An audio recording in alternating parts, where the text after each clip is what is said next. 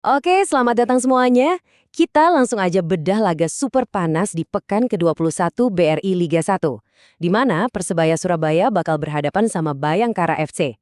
Ini bukan cuma pertandingan biasa loh, ini tuh soal adu momentum, taktik, dan ada bumbu-bumbu reuni yang bikin semuanya jadi makin seru. Yuk kita mulai. Nah, ini dia inti ceritanya. Di satu sisi, ada Persebaya yang lagi ngegaspol, nggak terkalahkan dalam 13 pertandingan.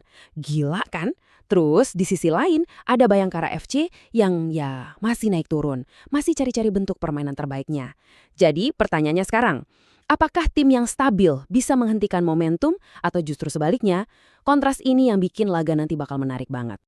Jadi ini bukan cuma soal pertandingan biasa ya.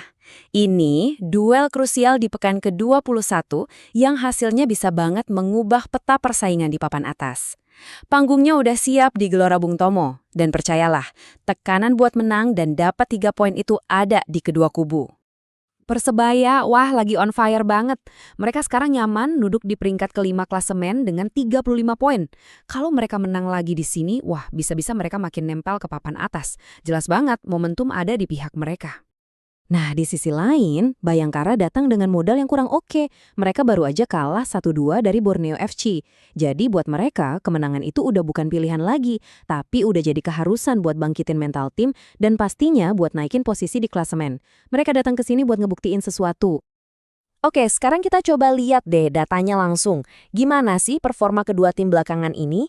Angka-angka ini bakal ngasih kita gambaran yang lebih jelas soal kondisi mereka sebelum tanding nanti. Lihat deh performa Persebaya. 4 kali menang dari 5 pertandingan terakhir, itu nunjukin kalau mesin mereka emang lagi panas-panasnya. Mereka bukan cuma menang, tapi menangnya konsisten. Nah ini nih yang harus diwaspadai banget sama Bayangkara. Sekarang kita bandingin sama Bayangkara. Menang terus kalah, menang kalah lagi. Pola yang nggak konsisten ini jadi PR terbesar mereka. Apalagi ngadepin tim sekonsisten Persebaya, salah sedikit aja, wah bisa fatal akibatnya. Oke, selain soal statistik di lapangan, ada bumbu lain nih yang bikin laga ini makin seru. Ini soal reuni, soal pemain dan pelatih yang bakal ketemu lagi sama mantan klubnya. Ini dia drama manusianya. Coba deh dengerin nama-nama ini. Paul Munster, Sho Yamamoto, Slavko Damjanovic. 3 nama ini dulu tuh jadi idola di Persebaya. Sekarang mereka balik lagi ke Gelora Bung Tomo, tapi sebagai lawan. Jadi ini bukan cuma soal pertandingan, tapi soal pembuktian, reuni, dan mungkin ada sedikit aroma balas dendam kali ya? Nah ini yang menarik. Dua pelatih ini ternyata punya gaya main yang mirip banget. Sama-sama suka main cepat pas transisi dari bertahan ke menyerang. Jadi, ini bakal jadi adu pinter di pinggir lapangan. Siapa yang lengah pas abis kehilangan bola, dialah yang bakal kena hukum. Dan ini dia nih, drama personal antar pelatihnya. Ternyata Bernardo Tavares dari Persebaya punya rekor yang kurang bagus kalau ketemu tim yang dilatih Paul Munster. 3 kali seri, sekali kalah.